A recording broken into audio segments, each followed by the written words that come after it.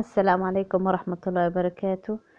وولاشين فيلسن شانا كان نقال سعودتي وفيلسن قرح شانل. صحابي هدان نقول سبتين مركة وهورين ان سبسكرايب نوصار جنبالا الكفروسي او نقطة داودها وهورية ان فيديو كادوكو عجبيي ان باتت كيه شي لايك نوصار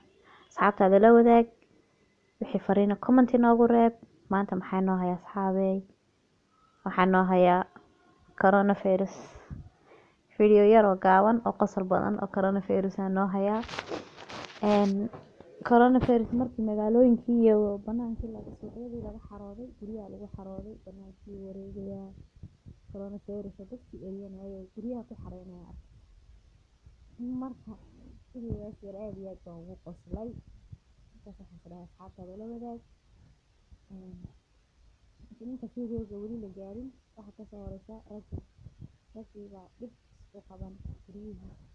banaan gurigii waxaa sawirkaas yare qasabka badan aan arkay fiskiga saartay aan ku qosay wax fiilka keena gabadha bulshada askariga banaanka ku soo gurigii ku noqo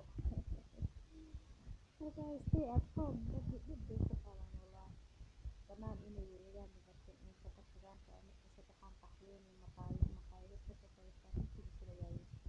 marka xaaladii waa kan bakaas coronavirus oo suuqi wareegaya banaankii isaa wareegaya dadkii weeryanaya guriyuu ku xareynaya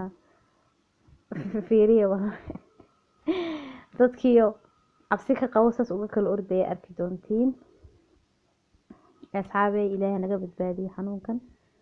wallahi waa xanuun aad iyo aad caalamkii kaga qaylisiiyey ilaahay subxaanahu wa tacaala awoodiisa ayuu dadkan tusayaa dadkii awoodaha sheegan jiray wasaada uga kala ordaya dadkii awoodaha sheegan jiray midba midku ka awood inuu ka awood badan yahay uu sheegan jiray ayuu aad iyo aad wallahi bal Mareykan fiiriya Mareykan wuxuu sheegan jiray inuu ugu awood badan yahay haddana waa kaas intuu maray nusmiyay buu marayaa dadkii xanuunka kaga dhacay Talyaani waad arkaysiin wadamadii horumaray oo dhan isku sheegay horumarka oo dhan waad arkaysiin sidoo u galay ilaahay naga badbaadiyo wadankeena ilaahay ka badbaadiyo Afrika dhamaanteed khaasatan wadankeena Soomaaliya uma diyaarsana caafimaad ahaan iyo dhaqaale ahaan toona uma haystaan wallahi ma sha Allah ilaahay ka ilaaliyo inkastoo dhowr lagu sheegay haddana insha Allah ilaahay intaas ugu masiibadiyo saabay guriga hala joogo carruurta guriga lagu hayo banaanka ayaa loo saarin waayo waa daciif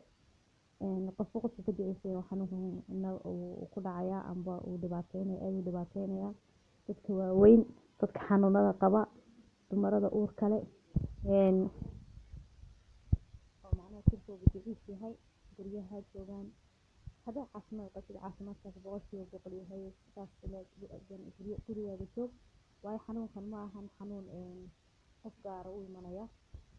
sida Soomaalida iska dhaadheysay muslimkaan iguma dhacayo maaha muslimiin badan baa ku dhintay Soomaalida Ingiriis ku dhimanaysa Sweden ku dhimanaysa Mareykan ku dhimanaysa meel kasta ku dhimanaysa caalamka